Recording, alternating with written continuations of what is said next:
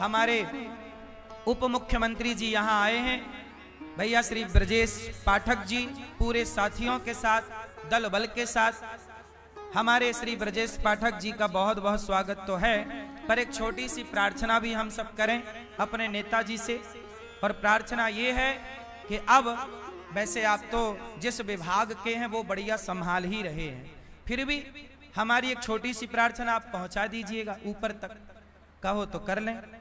प्रार्थना इतनी है कि अब हमारी शिक्षा प्रणाली जो कि बदली भी है, पुरानी शिक्षा अलग थी, वर्तमान शिक्षा में कुछ बदलाव हुए, पर मेरी एक छोटी सी प्रार्थना है कि शिक्षा में आज स्कूल में बच्चे जो पढ़ रहे हैं उस शिक्षा में भगवत गीता सम्मिलित होनी चाहिए। कितने लोग सहमत हैं मेरी बात से? भगवत गीता सम्मिलित होनी चाहिए और वेद वचन सम्मिलित हो। कौन सा वचन? मातृदेवो भव। आजकल बेटा अपनी मां को घर से निकाल रहा, आजकल बच्चे अपने माँ बाप का सम्मान नहीं कर रहे।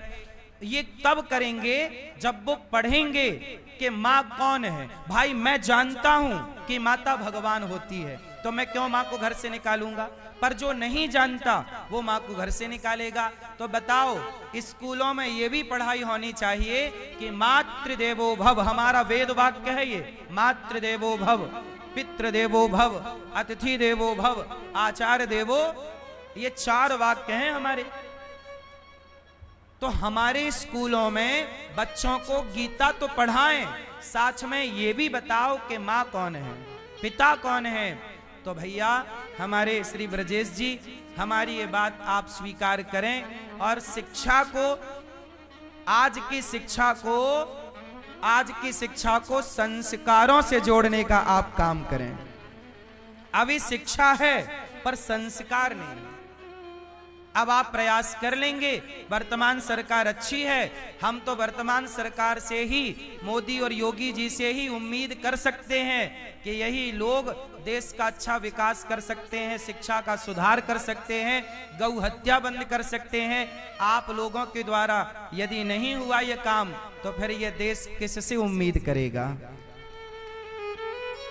उम्मीद भी तो आगे कहीं नजर नहीं है ना।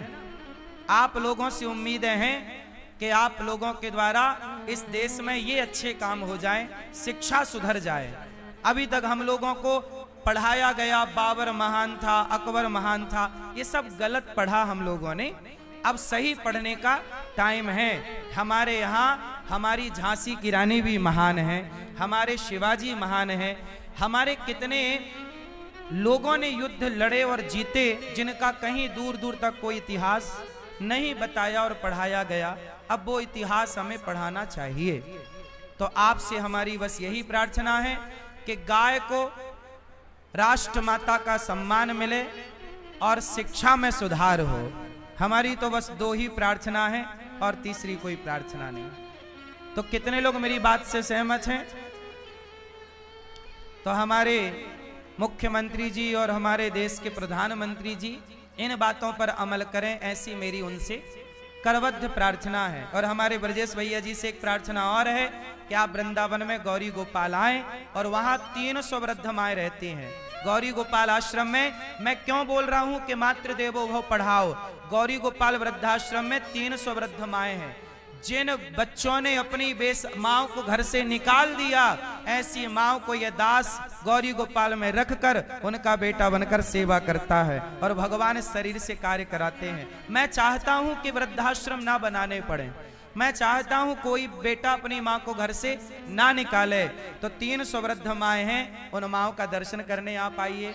और गौरी गोपाल में जो अखंड रसोई चलती है, जहां हजारों लोग, 25 से 30 हजार लोग भोजन करते हैं, 24 घंटे भक्तों के लिए खुली है, उसका भी दर्शन करने आइए। जहां सबको निःशुल्क भोजन मिलता है, आप इन सेवाओं का जरूर दर्शन करें। मैं उप मुख्यमंत्री जी से प्रार्थना करूंगा कि आप भी अपने 2 शब्द कहें और हम सब आपकी वाणी सुने। आपके क्या भाव हैं इस राष्ट्र के प्रति, हम आपको सुने।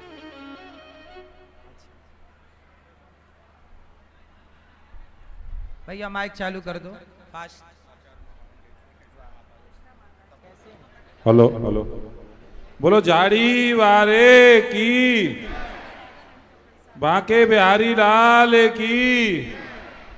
आप सब कथा का श्रवण करने आए और लगातार नियमित रूप से आप सब लोग आ रहे हैं, तो कथा के और आपके बीच में बहुत लंबा समय हम नहीं लेंगे, न ज़्यादा दीवार बनेंगे। आज जिस तरह से महाराज जी ने अपनी बात रखी, तो निश्चित रूप से महाराज जी चाहे उत्तर प्रदेश की सरकार होगी चाहे केंद्र की सरकार होगी, उसी से अपेक्षा की जा सकती है। दूसरा कोई राजनीतिक दल पूरे देश के अंदर ऐसा नहीं है जो सनातन की रक्षा की बात करता हो। बाकी सब वोट बैंक की राजनीति करने वाले लोग हैं। मैं तो केवल यही निवेदन करूंगा आपके चरणों में कि यही सरकार है, इसी सरकार के अंदर ये संभव है। हमारे बीच यहाँ माननीय उत्तर प्रदेश सरकार के उप मुख्यमंत्री ब्रजेश पाठक जी उपस्थित हैं। मैं क्षेत्रीय विधायक के नाते उनका हृदय की गहराइयों से बहुत बहुत स्वागत करता हूं, अभिनंदन करता हूं।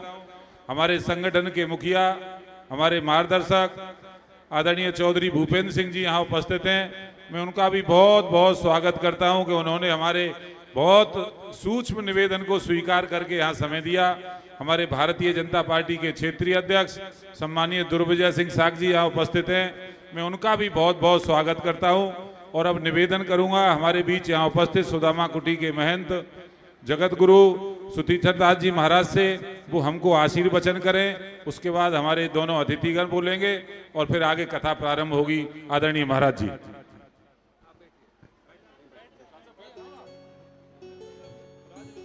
भक्त भक्ति भगवंत गुरु चतुर नाम बपु एक, इनके पद बंदन किए नासहि विघ्न अनेक। बोल झाड़ी वाले की जय, बोल बंसी वाले की जय। आज झाड़ी वाला हनुमान मंदिर के प्रांगण में आप सबका स्वागत है। खास करके पूज्य श्री ब्याजी महाराज इतने दिनों से हम सबको कथा श्रवण करा रहे हैं। पहले तो मैं आपका आभार व्यक्त करता हूँ। उत्तर प्रदेश के यशस्वी उप मुख्यमंत्री श्री ब्रजेश पाठक जी, श्री भूपेंद्र चौधरी जी, आपकी पूरी टीम, आपको बहुत बहुत मंगल कामना, शुभ आशीर्वाद झाड़ी वाले हनुमान की तरफ से, सदगुरुदेव भवन की तरफ से। ब्रज मंडल का विकास जो इस समय दिख रहा है, सदियों में नहीं दिखा। ब्रज मंडल के साथ साथ संपूर्ण भारत का विकास हो रहा है और ब्रज का संबंध जमुना जी से है, जमुना मैया से है। हम जिस समय 40-50 साल पहले हम सब आए थे यहाँ पर, उसमें जमुना जी का स्वरूप कुछ और था। हम सबकी समस्त ब्रजवासियों के एक सपना होता है कि जमुना जी जैसे गंगा दशहरा कल है, आने वाला कल है, तो जमुना जी के गंगा जी जल छोड़ा गया है, ऐसे ही 12 मासी निर्मल धारा जमुना जी में बहती रहें। तो समझे कि ब्रज के साथ साथ संपूर्ण विश्व का जो संदेश है यहाँ का पूरे वर्ल्ड में जाएगा कि मेरा ब्रज सुंदर है, मेरा जमुना जी अविरल धारा बह रही हैं। दूसरी बात यह है, एक बार पांडवों के भीम अंधेरे में भोजन कर रहे थे, अंधेरे में भोजन कर रहे थे। अर्जुन भैया देख लिए, भैया ये अंधेरे में आप क्यों खा रहे हैं? आपको दिक्कत नहीं हो रही? अंधेरे में दिख रहा है। बोले अर्जुन मेरे प्रिय भाई हो, ये हाथ अपने आप अंधेरे में जा रहे हो, अभ्यास के कारण जा रही है, अभ्यास। अर्जुन ने भीम भैया के वाक्य को मंत्र मान लिया, अभ्यास, और ऐसा अभ्यास किया। गुरु द्रोणाचार्य ने पूछा, चिड़िया को वृक्ष पे चिड़िया है, आंख पर अनुसंधान करो। सबसे पूछा, किसने कहा कि हमको वृक्ष दिख रहा है, चिड़िया दिख रहा है? कोई कह रहा हमको चिड़िया दिख रहा है। लेकिन अर्जुन से पूछे, बोले गुरुदेव आपकी कृपा से हमको सिर्फ चिड़िया का नेत्र दिख रहा है। ऐसे ही आज भारत सरकार हम प्रशंसा करना चाहता हूँ। सदियों से ये शुभ अवसर आया है, स्वर्णिम भारत का युग है, चल रहा है। भारत के साथ साथ एक अखंड भारत का सपना हम सबके मध्य में है और भारत सरकार उसी के ऊपर प्रयासरत है। भारत सरकार के मैं बहुत बहुत बधाई देना चाहता हूं, आदरणीय मोदी जी को और योगी जी को, हमारे ब्रजेश पाठक के पूरी टीम को। आप इसी तरह से भारत के साथ साथ ब्रज का विकास करते रहिए। आप देखिए, ये शुभ अवसर भगवान किसी की सेवा कम ही देते हैं। बिहारी जी महाराज का दिव्य कॉरिडोर प्रगति पर है। मैं आप सबका मंगल बधाई करना चाहता हूं और मंगल में आशीर्वाद। बोल बंसी वारे की, झाड़ी वाले की जय। जय जय श्री राधे। बोलो झाड़ी वारे की।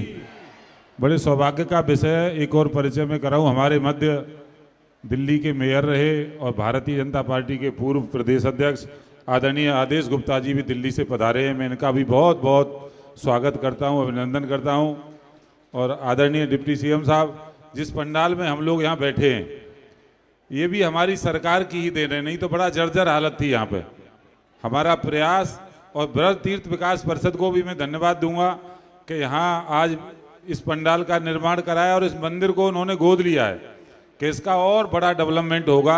जिस तरह से इस मंदिर की मान्यता है, जो श्रद्धा हनुमान जी के प्रति हमारी है, तो उसी के अनुरूप इसका विकास हो।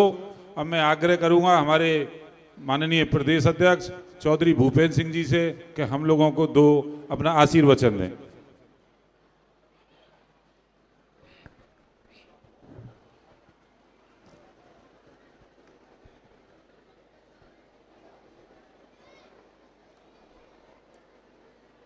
आज के इस कार्यक्रम में उपस्थित जगत गुरु नावद द्वाराचार्य जी महाराज,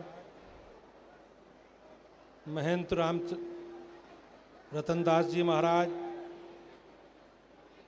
उत्तर प्रदेश सरकार के यशस्वी उप मुख्यमंत्री आदरणीय ब्रजेश पाठक जी, व्यासपीठ पर विराजमान आदरणीय अनिरुद्धाचार्य जी महाराज, इस क्षेत्र से विधायक आदरणीय राजेश चौधरी जी, अभी अभी आए हमारी पार्टी के वरिष्ठ नेता दिल्ली के पूर्व प्रदेश अध्यक्ष आदरणीय आदेश गुप्ता जी, भारतीय जनता पार्टी के क्षेत्रीय अध्यक्ष दुर्विजय साक्य जी, आदरणीय विधायक योगेश नौभार जी, भारतीय जनता पार्टी के जिलाध्यक्ष निर्भय पांडे जी, सभी सम्मानित संत और इस सभागार में उपस्थित सभी मेरे भाइयों बहनों, आज हम सब लोगों के लिए बहुत आनंद वाला क्षण है कि आपके बीच में महाराज जी का, पूज्य महाराज जी का आशीर्वाद हम सब लोगों को मिला।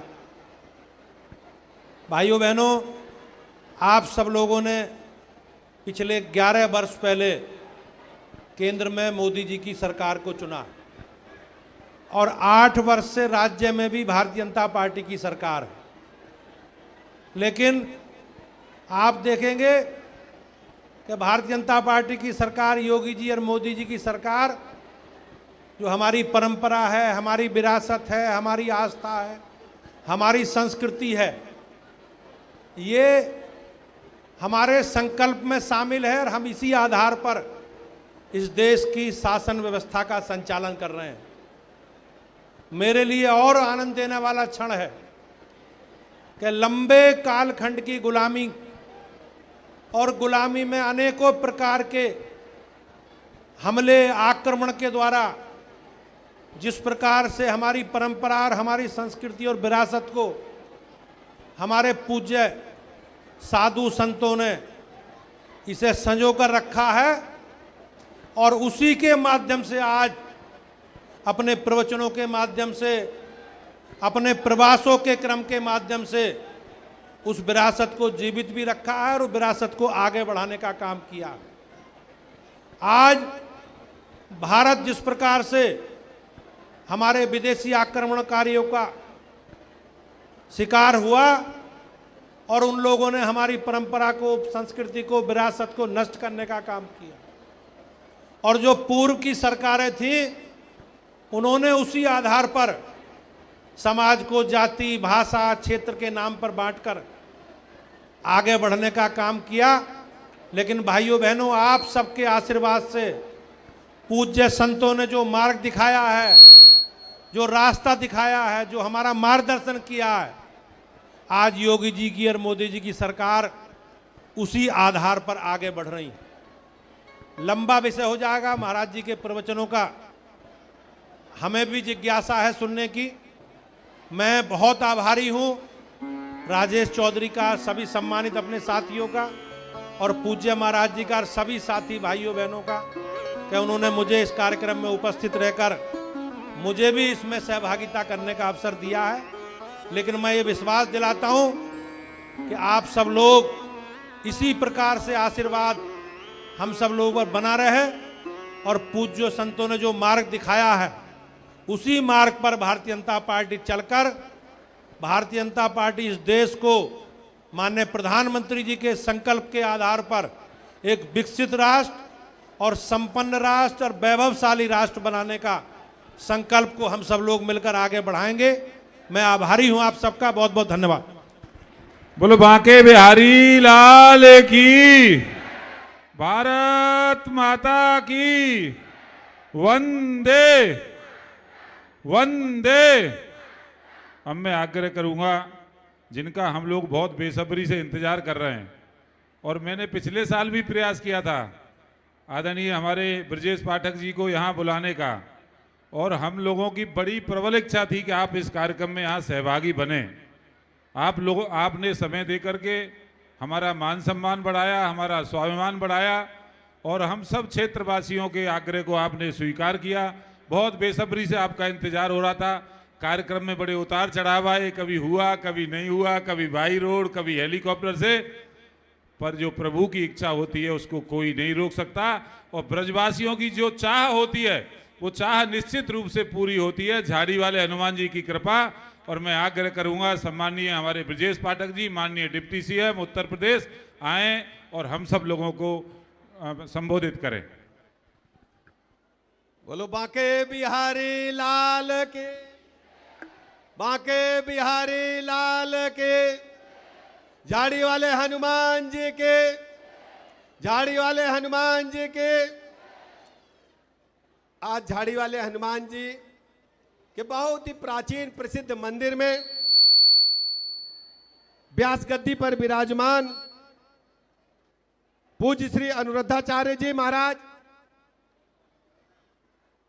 जगत गुरु नाभाचार्य द्वारा सुदीक्षण दास जी महाराज, जिनका आशीर्वाद समय समय पर हम सबको मिलता रहता है, महंत राम रतन दास जी महाराज, भारतीय जनता पार्टी के प्रदेश के अध्यक्ष, और आप ही के बेटे आदरणीय भूपेंद्र चौधरी जी, भारतीय जनता पार्टी के क्षेत्रीय अध्यक्ष आदरणीय दुर्विजय सिंह साक्य जी, दिल्ली से चलकर के आए भारतीय जनता पार्टी दिल्ली प्रदेश के पूर्व अध्यक्ष आदरणीय आदेश गुप्ता जी, और आप सबके लोकप्रिय विधायक आदरणीय राजेश चौधरी जी, आप ही के क्षेत्र से सदस्य विधान परिषद आदरणीय योगेश नौहार जी, भारतीय जनता पार्टी के जिले के अध्यक्ष आदरणीय निर्भय पांडे जी, जिला पंचायत के सदस्य आदरणीय देवराज चौधरी जी, मंच पर उपस्थित सभी हमारे वरिष्ठ जन, सुधीजन, सामने बैठे सभी भाइयों तथा बहनों, पत्रकार मित्रों। जब झाड़ी वाले हनुमान जी में मुझे आने का अवसर मिला, आज के कई बरस पहले, उस समय की यादें हमें ताजा हो गई। उस समय यहां पर यह गेट का निर्माण नहीं हुआ था, मंदिर इतना भव्य नहीं था, मैं बचपन से ब्रज की भूमि का आशीर्वाद लेता रहा हूं। ऐसे अवसर पर पूज्य महाराज जी के चरणों में मैं नमन करता हूं और झाड़ीवाली हनुमान जी की कृपा से यहां विराजमान गुरुदेव जी के चरणों में नमन करता हूं। राजेश जी का आभार प्रकट करता हूं कि हम सबको आदरणीय अध्यक्ष जी को यहां आने का अवसर दिया। केवल 2 बातें करूंगा, ज्यादा व्यवधान नहीं बनूंगा। व्यास गद्दी से कुछ आदेश हुआ और पूज्य गुरुदेव जी ने भी कुछ आदेश दिया है। हम कह सकते हैं कि वर्ष 2014 के बाद से माननीय प्रधानमंत्री नरेंद्र मोदी जी की अगुवाई में देश में सनातन संस्कृति का झंडा पूरी दुनिया में आकाश की बुलंदियों की ओर लहराने का काम कर रहा है। आजादी के बाद ढेर सारे सरकारें आई और चली गई। पूज्य गुरुदेव ने व्यास गद्दी से कहा, इसी देश के अंदर हमारे बच्चों को इतिहास पढ़ाया गया कि अकबर महान है, हुमायूं कौन थे, बाबर कौन थे, लेकिन रानी अहिल्याबाई को आज तक याद नहीं किया गया। रानी अहिल्याबाई होलकर हमारे भारत की बेटी थी, भारत माता की बेटी थी। मालवांचल के साम्राज्य को केवल इंदौर मालवांचल तक सीमित नहीं रखा, कश्मीर से कन्याकुमारी तक सभी मंदिरों का जीर्णोद्धार करा करके मुगल संस्कृति को चुनौती देने का काम किया था। जिन मंदिरों को तोड़ा गया था, चाहे बाबा काशी विश्वनाथ के मंदिर को, चाहे कश्मीर से कन्याकुमारी तक फैले रामेश्वरम बाबा के मंदिर को, और चाहे बाबा केदारनाथ के मंदिर को, हम वर्तमान स्वरूप जो बाबा काशी विश्वनाथ का देखते हैं, इसको बनवाने का काम रानी अहिल्याबाई होलकर ने किया था। 300 बरस के बाद मोदी जी ने कॉरिडोर बनाने का काम किया है। सनातन संस्कृति को कौन पूछता था? चंद वोटों के खातिर इसी देश में, इसी प्रदेश में तरह तरह के बातें करते थे। लोगों को तिलक और कलावा बांधने में शर्म आती थी, ये मैं सीना ठोक करके कह सकता हूं। आज उत्तर प्रदेश में और देश में माननीय मोदी जी के मार्गदर्शन में सरकार चल रही है, लेकिन हम सीना ठोक करके कह सकते हैं, चाहे अयोध्या हो, अयोध्या का रामलला का मंदिर कौन सोचता था? कांग्रेस पार्टी ने तो सुप्रीम कोर्ट में लिख करके दे दिया था कि रामलला अयोध्या में पैदा हुए कि नहीं, इसका कोई प्रमाण नहीं, ऐसी एक कल्पना है। लेकिन सोचिए, ये कांग्रेस पार्टी ने केवल वोट के लिए कहने का काम किया था। जब भारतीय जनता पार्टी की सरकार मोदी जी के नेतृत्व बनी, तो हम लोगों ने सीना ठोक करके कहा, भगवान रामलला अयोध्या में जन्मे हैं, इसमें कोई शक नहीं है। अयोध्या में रामलला का मंदिर बनना चाहिए और सनातन संस्कृति का झंडा आकाश की ओर आप सब ने अपनी आंखों से देखा है। हम कह सकते हैं काशी विश्वनाथ के कॉरिडोर को, भगवान महाकाल के उज्जैन में कॉरिडोर को देखिए, विंध्याचल विंध्यवासिनी माई के कॉरिडोर को देखिए, और तो और आप देखिए महाकुंभ में आप सब गए थे कि नहीं गए थे? बताइए जरा, हाथ उठाइए। महाकुंभ का भव्य नजारा, सनातन संस्कृति का तमाशा नजारा दुनिया ने देखा, जब 66 करोड़ 23 लाख लोग संगम तट पर आकर के मां गंगा में पुण्य प्राप्त करने के लिए आए, और सनातन संस्कृति के लिए पूरे दुनिया में चर्चा हुई कि भारत एक ऐसा देश है कि पूरे देश के लोग इकट्ठा हो जाते हैं मां गंगा का आशीर्वाद पाने के लिए। यह संभव हो पाया है माननीय प्रधानमंत्री नरेंद्र मोदी जी की अगुवाई में, मार्गदर्शन में भारतीय जनता पार्टी ने पूरा करके दिखाया है। इसलिए मैं पूज्य गुरुदेव जी आपके चरणों में कहना चाहता हूं, गौ माता की रक्षा हो। हम लोग घर में पूजा पाठ करते हैं, तो सबसे पहले जब कथा पूरी हो जाती तो क्या कहते हैं? धर्म की, अधर्म का, सनातन धर्म की, गौ माता की, ये हम लोग गुरुदेव रोज कहते हैं। और गुरुदेव आपकी कृपा से, सिर्फ पूज्य गुरुदेव लोगों की कृपा से, आचार्य गणों की कृपा से, बिहारी जी की कृपा से, झाड़ीवाले हनुमान जी की कृपा से सनातन संस्कृति का झंडा कोई झुका नहीं पाएगा। ये मैं आज आप सबके दरबार में बाबा की कृपा से कहने के लिए आया हूं। बिहारी जी ने पूरी दुनिया को प्रेम का संदेश दिया है, और मैं पूरी देश से कहना चाहता हूं कि सब लोग एक हो जाओ।